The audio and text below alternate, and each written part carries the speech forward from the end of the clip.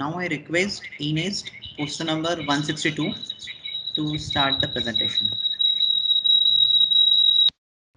And presenter Ines 163 can start the presentation. Hello, sir. Yeah. Yeah. Good evening to everyone. Uh, My name is Ishita Vishwas. I am currently pursuing my B.Pharm degree from CIPT and AHS. I am presenting a review on the topic mRNA vaccines, a new era of vaccinology. The vaccines prepare the immune system, getting it ready to fight against the disease-causing organisms called pathogen. A vaccine is introduced to the body to mimic the infection, triggering the body to produce antibody against the pathogen without causing the illness. Conventional vaccines usually contain a weakened or inactive pathogen or a piece of protein produced by the pathogen called the antigen instead of the real antigen. RNA vaccines are new generation vaccines contain a mRNA that encodes for the antigen. Once inside the body, the mRNA fragments are taken up by the body cells and the dendritic cells, which are part of the professional antigen presenting cells. The cells reads the mRNA and translates it to the antigen. It ordinary cells MHC1 molecule attaches to the antigen and transport it to the cellular membrane, which helps release cytotoxic T cells and CPA for cell-mediated immunity. While in APC cells, MHC2 molecule attaches to the antigen and it gets transported to the cellular membrane. This bonded antigen moves to the lymph nodes along with helper T cells, where TCR and CD4 proteins are released, which activates T cells. Activated T cells release cytokines, interleukins 2, 4, and 5, which proliferates and differentiate B cells to release antibodies. Some RNA also contain additional mRNA coding for a enzyme, which after being translated can generate multiple copies of antigen coding mRNA. This essentially amplifies the production of antigen for small amount of vaccine, making the vaccine more effective. These are called self-amplifying mRNA vaccines. RNA vaccines are easier and safer to produce because mRNA molecules can be synthesized in a cell-free medium using DNA template with a sequence of antigen. While in conventional vaccine usually provide more complicated and risk-prone process of growing large amount of infectious pathogen in chicken eggs or other mammalian cells. As protein synthesis occurs in cytoplasm, RNA molecules do not need to enter the nucleus. So the possibility of them integrating into the whole cell genome is low. The relative simplicity of production process makes it easier to standardize and scale, enabling rapid responses to emerging pandemics. Other advantages are lower production cost and ease of tweaking the RNA sequence to adapt to the rapidly mutating pathogen. On the minus side, it can be challenging to deliver mRNA effectively to the cells, since RNA sequence and secondary structures may be recognized and destroyed by the innate immune system as soon as they are administered intravenously. The limitations can be overcome by optimizing codon using modified nucleosides to avoid recognition and packing RNA into lipid nanoparticles. RNA vaccines require uninterrupted refrigeration for transportation and storage, which can be a hurdle for vaccine distribution.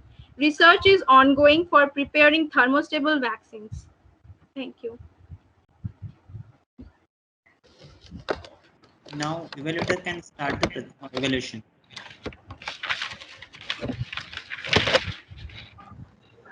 Ishika, I Yes, asked ma'am. the same question to you also. Yeah. Which mRNA vaccine has got approval?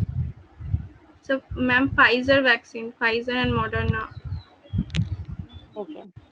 And what is the efficacy for these two? Ma'am, for Pfizer vaccine, it is 95%, and for Moderna, it is around 75%. What is the duration of its effect? Uh, uh, uh, 14 days.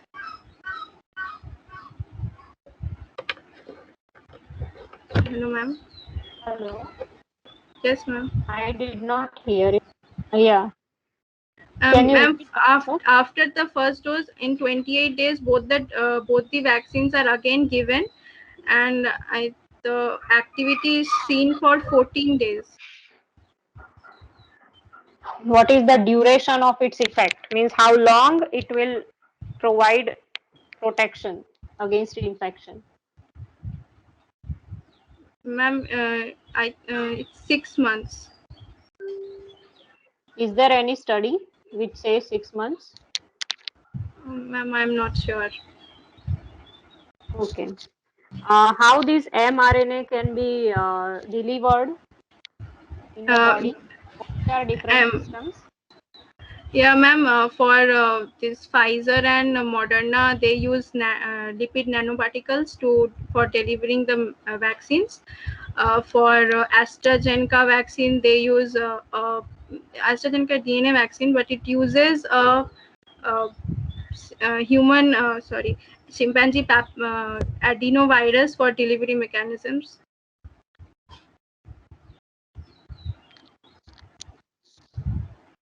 Okay. It is over from my side. Am I audible? Yes, sir. Okay. As the question is basically continuing with the two of the very well-known product, that is, one is the Pfizer one and another one is Moderna. Could you Yes, sir. please differentiate between these two products on their specificity? Specificity, sir. Both are mRNA vaccine. Both uses lipid nanoparticles for their delivery, and but there is a huge difference in their storage temperature. For Pfizer, it is minus minus 70 or 60 degrees, whereas for Moderna, it is minus 2 degrees. But still, Pfizer is more efficacious than Moderna vaccines. How could you say that? Means, do you have any data from some reliable source that it is more effective than the another one? So I've read it. Okay, you have read from Efficacy. the source. Sir, some research article I've read it. I don't remember exactly which. Okay, could you please specify the dose of these two? Means, what is the dose of Pfizer one and another one is Moderna? It's dose in Yeah, ml. yeah. Is there any difference in dose? Uh, dose, I don't know, sir. Okay, it's okay. Over from my side. So thank you, sir. So, Ishita, it's a very good topic. And just I want to know, you talk about mRNA vaccine. Do you have Yes, any sir. idea mRNA vaccine is used for any other viruses other than COVID-19? Yes, it is. It has also been used for Ebola virus, but I don't know the vaccine's name. And it is also being used for various cancer to treat those cancers. Hello, sir. Yeah. So, what about its success rate in the previous, with other viruses? It is found to be very successful, and it is very easy to create these vaccines. These are very easily created. Just we have to know the code of the proteins or the antigen. So these are very successful, but they have a problem with their delivery and storage. So that has to be that is a hurdle. So this had to be addressed. Okay, if it is a very good one, because conventionally we are using many vaccine by different technology. So what Yes. way it is,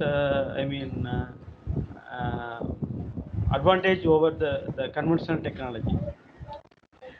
So in conventional technology, first of all, we have to the scientists have to work with the toxic viruses and the disease causing pathogens. We have to work with it, and it has the ability to infect us. But for these mRNA vaccines, we just need the code of the RNA strand to just encode it and use it in our vaccines.